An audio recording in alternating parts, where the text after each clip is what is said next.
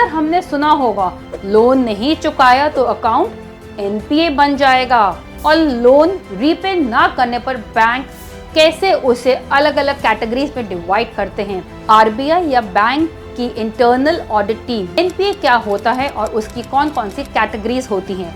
Hello बच्चों, आज का टॉपिक उन सब लोगों के लिए सुपर इम्पोर्टेंट है जो लोन लेते हैं या लेने का प्लान बना रहे हैं। अक्सर हमने सुना होगा, लोन नहीं चुकाया तो अकाउंट एनपीए बन जाएगा, लेकिन क्या आपको पता है एनपीए का फुल फॉर्म क्या है और लोन रीपे ना करने पर बैंक कैसे उसे अलग अलग कैटेगरीज में डिवाइड करते हैं। आज के इस वीडियो में मैं डॉक्टर पूजा दुआ इनको सिंपल लैंग्वेज में समझाऊंगी। एनपीए क्या होता है और उसकी कौन कौन सी कैटेगरीज होती हैं। तो वीडियो को एंड तक जरूर देखें, क्योंकि ये नॉलेज आपको फाइनेंशियल ट्रबल से बचाने में काफी काम आएगी। जब कोई बोरोवर लोन की ईएमआई में प्रिंसिपल या इंटरेस्ट 90 डेज से ज्यादा टाइम तक नहीं दे पाते तो बैंक उस लोन को एनपीए डिक्लेयर कर देते हैं, यानी कि बैड लोन। बैंक के लिए तो ये सिर्फ एक लॉस की शुरुआत होती है। तो आगे समझते हैं इनकी कैटेगरीज के बारे में विद एग्जाम्पल। नंबर 1, सब स्टैंडर्ड एसेट। जब कोई लोन 90 डेज तक कॉन्टिन्यूसली अनपेड रहता है, मतलब ईएमआई का प्रिंसिपल या इंटरेस्ट का कोई भी पेमेंट नहीं होता, तो वो लोन एनपीए कैटेगरी में चले जाते हैं। लेकिन अगर ये एनपीए बनने के बाद 12 मंथ्स के अंदर ही रहते हैं, तब तक उस लोन को सब स्टैंडर्ड एसेट बोला जाता है। एग्जाम्पल, सोचिए मिस्टर ए ने एक होम लोन लिया था और वो पिछले 90 दिन से अपनी ईएमआई नहीं भर रहे हैं। इस वजह से बैंक ने उनका लोन एनपीए डिक्लेयर कर दिया।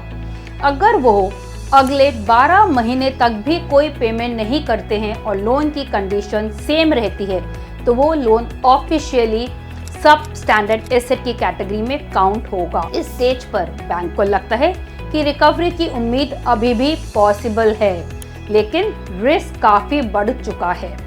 Number 2, doubtful assets. अगर कोई लोन सब स्टैंडर्ड एसेट बनने के बाद भी कॉन्टिन्यूसली 12 मंथ से ज्यादा अनपेड रहते हैं और बोरोवर कोई प्रिंसिपल या इंटरेस्ट की रीपेमेंट नहीं कर रहे, तो वो लोन डाउटफुल एसेट की कैटेगरी में शिफ्ट हो जाते हैं। इस स्टेज पर बैंक को स्ट्रॉन्ग शक होता है कि बोरोवर पैसा वापस भी करेगा या नहीं, और रिकवरी का चांस बहुत लो माना जाता है।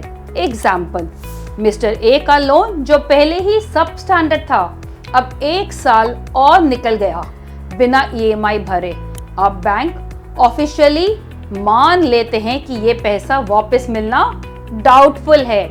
ये स्टेज बैंक के लिए और भी रिस्की होती है, क्योंकि रिकवरी के चांसेस दिन पर दिन कम होने लगते हैं।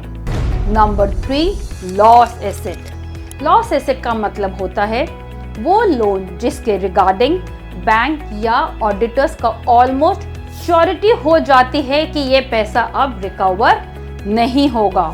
आरबीआई या बैंक की इंटरनल ऑडिट टीम जब ऑफिशियली डिक्लेयर कर देती है कि ये लोन फाइनेंशियली वर्थलेस बन चुके हैं, तब उसे लॉस एसेट की कैटेगरी में डाल दिया जाता है। इस स्टेज पर बैंक के लिए ये पैसा सिर्फ पेपर पे ही होता है। असली लाइफ में तो ये पैसा वापस आने की पॉसिबिलिटी लगभग 0 होती है। इसलिए बैंक को इस अमाउंट की फुल प्रोविजनिंग करनी पड़ती है, मतलब ये पैसा अपनी बैलेंस शीट से माइनस करना पड़ता है और एक्सेप्ट करना पड़ता है कि ये लोन अब लॉस बन चुका है। सिंपली बोला जाए तो लॉस एसेट बैंक के लिए एक डेड मनी होता है और ये दिखाता है कि फाइनेंशियल सिस्टम में कितना रिस्क एक्चुअल में एग्जिस्ट कर रहा है। तो बच्चों, अब आपको क्लियर हो गया होगा कि लोन टाइम पे रीपे ना करने का सिर्फ एक ही नतीजा नहीं होता, बल्कि बैंक उस लोन को स्टेप बाय स्टेप अलग अलग कैटेगरीज में शिफ्ट करते हैं, सब स्टैंडर्ड, डाउटफुल और आखिरी में लॉस एसेट। ये सिर्फ बैंक के लिए नहीं, बल्कि बोरोवर के क्रेडिट स्कोर को और फाइनेंशियल फ्यूचर के लिए भी काफ़ी बड़ी वार्निंग होती है।